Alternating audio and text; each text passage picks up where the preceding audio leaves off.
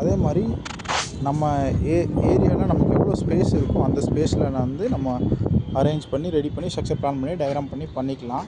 So அதே மாதிரி தான் பார்த்திங்கன்னா இங்கே இருக்கும். ஒவ்வொருக்கும் நம்ம லொக்கேஷன் பண்ணி பேனல் க்ளீனிங்க்கும் வால்வு பண்ணி ப்ரொவைசர் கொடுத்துருப்போம். வாட்டர் லைன் பார்த்திங்கன்னா தெரியும்.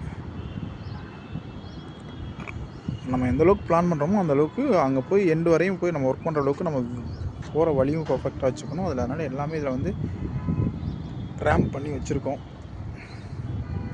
எந்த அளவுக்கு இருக்குது அப்படிங்கிறத பர்ஃபெக்டாக பண்ணி நம்ம வச்சுருக்கோம். ஸோ இது வந்து பார்த்திங்கன்னா ப்ரெஷர் கேஜ் மோட்ரு போட்டு நம்ம வாட்டர் லைன் ஒவ்வொரு இதுக்கும் பண்ணி வச்சுருக்கோம்.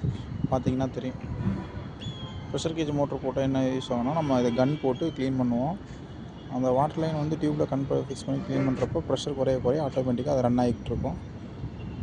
ஸோ ஈஸியாகவும் க்ளீன் பண்ணிக்கலாம். நம்ம வந்து இது வந்து வாட்டரை ப்ரெஷர்லேயே க்ளீன் பண்ணிக்கலாம். பட் அதை மாப் போட்டு க்ளீன் பண்ணனா கூட க்ளீன் பண்ணிக்கலாம்.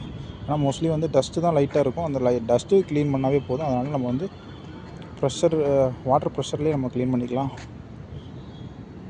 பார்த்திங்கன்னா தெரியும். நமக்கு இதில் பெரிய அட்வான்டேஜ் என்னென்னு பார்த்திங்கன்னா, நம்ம வந்து இப்போது ஒரு குறிப்பிட்ட கிலோவாட்டு கீழே இருந்துச்சுன்னா இதை எப்படி யூஸ் பண்ணுறாங்க, அதாவது ஈபியில் வந்து நமக்கு எப்படி இது பண்ணி தர்றாங்க அப்படின்னு பார்த்திங்கன்னா, நம்ம யூஸ் பண்ணுற யூனிட் போக எக்ஸ்ட்ரா யூனிட் நமக்கு அவங்களுக்கு எக்ஸ்போர்ட் பண்ணுறப்ப அவங்க வந்து அமௌண்ட்டை தான் நமக்கு டிடெக்ட் பண்ணுறாங்களே தவிர யூனிட்டாக வந்து டிடெக்ட் பண்ணுறதே கிடையாது. ஸோ அது ஒரு டிஸ்அட்வான்டேஜ்னு கூட சொல்லலாம் நமக்கு. ஆனால் நம்ம அட்வான்டேஜ் என்னென்னா, நம்ம ஜென்ரேட் பண்ணுற பவரை நாமளே யூஸ் பண்ணுறது தான் பெரிய அட்வான்டேஜ் இதில். ஸோ ஒரு குறிப்பிட்ட கிலோவாட்டுக்கு மேலே இருந்துச்சுன்னா அவங்க யூனிட்டாக தான் கால்குலேட் பண்ணிக்கிறாங்க. இது பார்த்திங்கன்னா ஃபுல் ஏரியா அப்படியே நம்ம எல்லாம் பண்ணி வச்சுருக்கோம். ஓரளவுக்கு பர்ஃபெக்டாக இருக்கும் எல்லா இதுவுமே. பேனல் டேமேஜ் ஆகாமல் செக் பண்ணிக்கணும். இங்கே பெருசாக டேமேஜ் ஆகிறதுக்கு ரூஃப் டாப்பில் போகிறனால பெருசாக ஒரு விஷயம் இல்லை. இந்த பறவைகள் எதுவும் வந்து உட்காந்து ஏதாவது இது பண்ணால் மட்டும்தான், அதாவது மோஸ்ட்லி ஹார்டாக ஏதாவது இது பண்ணால் மட்டும்தான் ப்ரோக்கன் ஆகும் பேனல். மற்றபடிலாம் எந்த இதுவும் ஆகாது.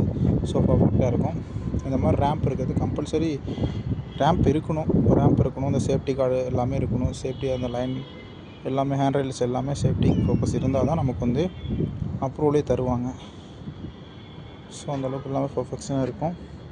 பார்த்திங்கன்னா ஒரு பேனல் விடாமல் நம்ம எர்த்திங் கம்பல்சரி பண்ணியிருப்பாங்க. Earthing compulsory must. இந்த சோலார் பேனலுக்காக மட்டும் இல்லை, பட் எல்லாத்துக்கும் எர்த்திங் தேவை. இந்த பேனல் போடுறதுல இன்னொரு பெரிய நம்ம கவனிக்க வேண்டிய விஷயம் என்னென்னு பார்த்திங்கன்னா, அதாவது சேட் அடிக்கக்கூடாது. ஓப்பன் ஏரியாவாக தான் இருக்கணும். பட் சேட் அடிக்கிற ஏரியாவில் நம்ம பேனல் போட்டாலும் பெருசாக நமக்கு வந்து ப்ராஃபிட் கிடைக்காது. நமக்கு